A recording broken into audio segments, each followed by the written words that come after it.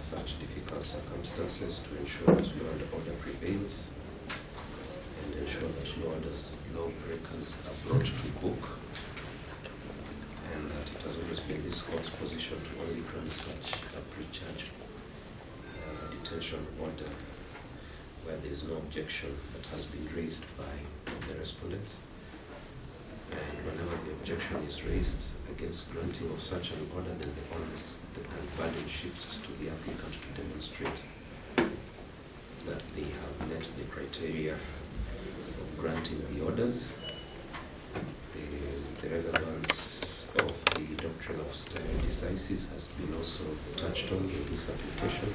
And it was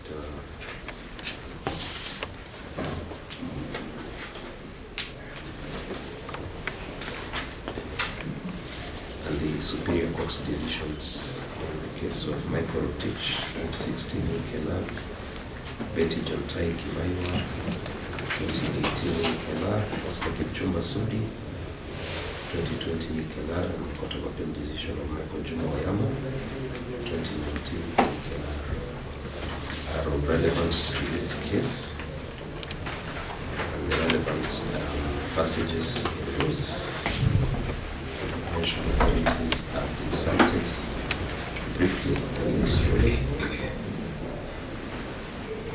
So the onus therefore remains on the police to demonstrate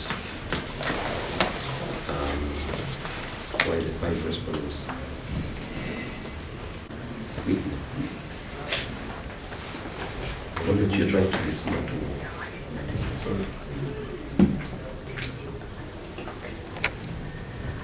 So the onus is on the police to demonstrate why the 5 respondents in this case should be denied the constitutional rights to vote, and they must give compelling reasons applicable to an individual suspect and not a blanket reason. Right? Blanket statements cannot apply. I have looked at the application and the response, and the respondent should remain in custody while he concludes his investigation. Specifically, what part of custody or how the suspects are likely to interfere with the investigations, and just to reiterate that under the constitutional offenses available, there are 2 crimes that the applicant is investigating which can be classified as misdemeanors. So the seriousness of the offense being investigated is a relevant issue. All offenses being available under our constitution, then more so misdemeanors. So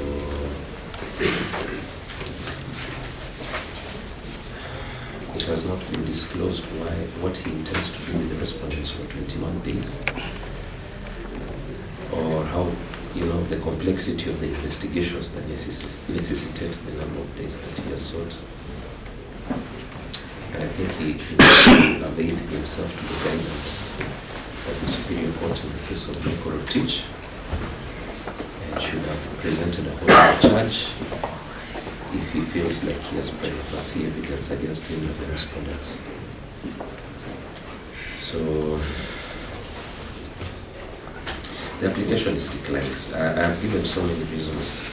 I'm just touching on a few paragraphs of what I have indicated, but it's declined, and all the concerns of the state can be accommodated without the very radical measures that are being sought by the applicant in this application. So I'll proceed to listen to submissions on the question of bail bond before I give further directions.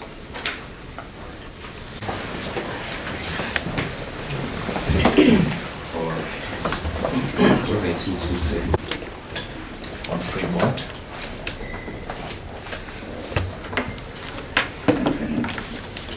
Given that there are no charges that have been preferred as against the 5 respondents,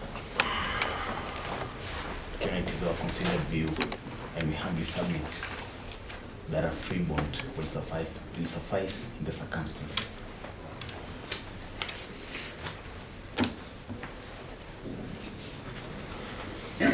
We so submit. Your Honor, our case is still ongoing. We are apprehensive that if they are released on free bond, they will not avail themselves to the investigator so that they can finalize it. But make a favor.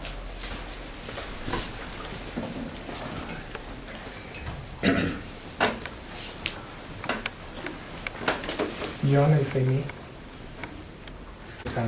that the 5 respondents were detained yesterday, and Article 49 of the Constitution, 49(2), provides that a person shall not be remanded in custody for an offence if the offence is punishable by a fine or by imprisonment for not more than 6 months.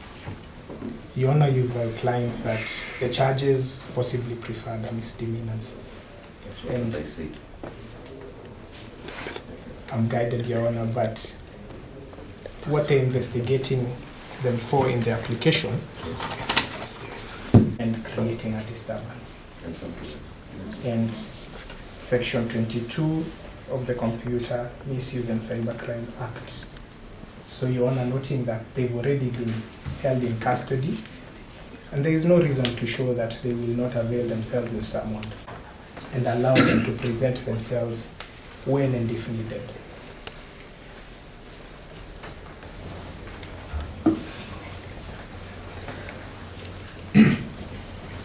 And in conclusion, as noted, so it will further infringe on their rights to liberty, which we submit is unconstitutional.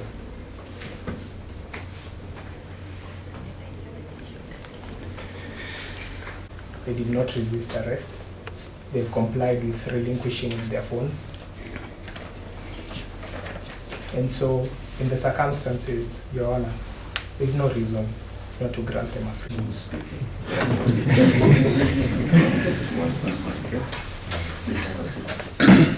Thank you.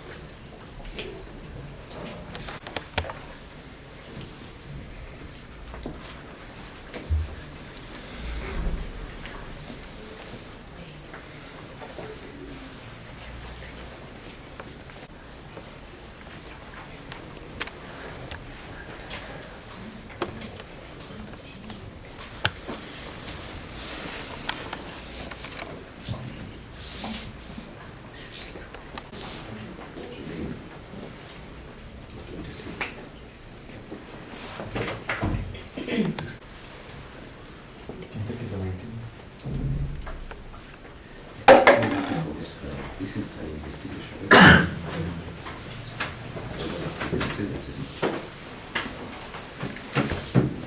It was asked for 21 days. So usually not on the 16th.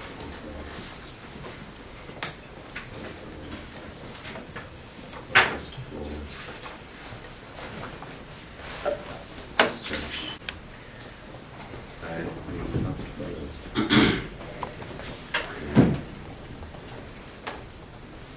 Interests. Right, so the extra free bond. So I deem a bond of 50,000, which should a single amount to be usable, or a cash bill of 20,000 shillings. We have got a person to cooperate at all times with the investigator during this period, so that he does not present another complaint in the court. So cash bill of 20,000 is sufficient with one contact person, not on the mention on the 16th of August for discharge of this.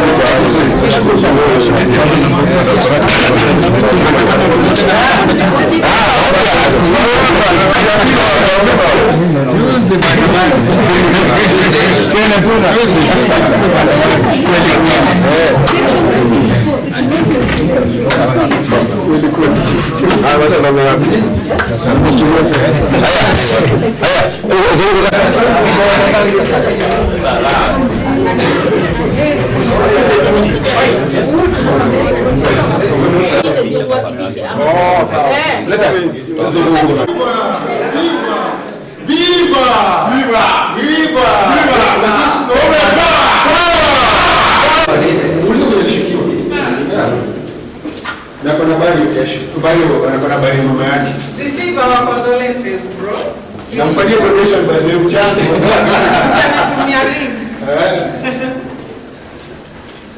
Actually, for him, I know, because on a Pangabari, yes, kind of maswali vizuri. Hapa mwezi kuna kaliba kali ndio. Sasa mwambie mwezi na nani. Mwambie sasa sabati.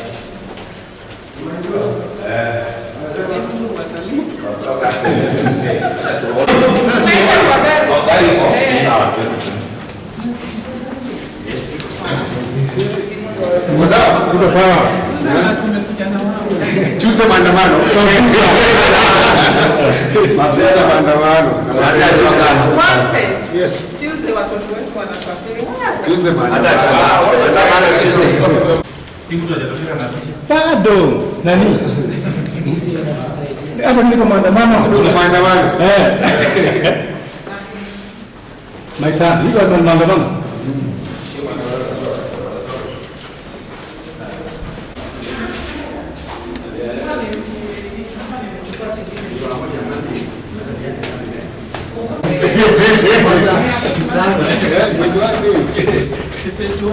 Baru za mambata. Kifaranga iza itoe nini?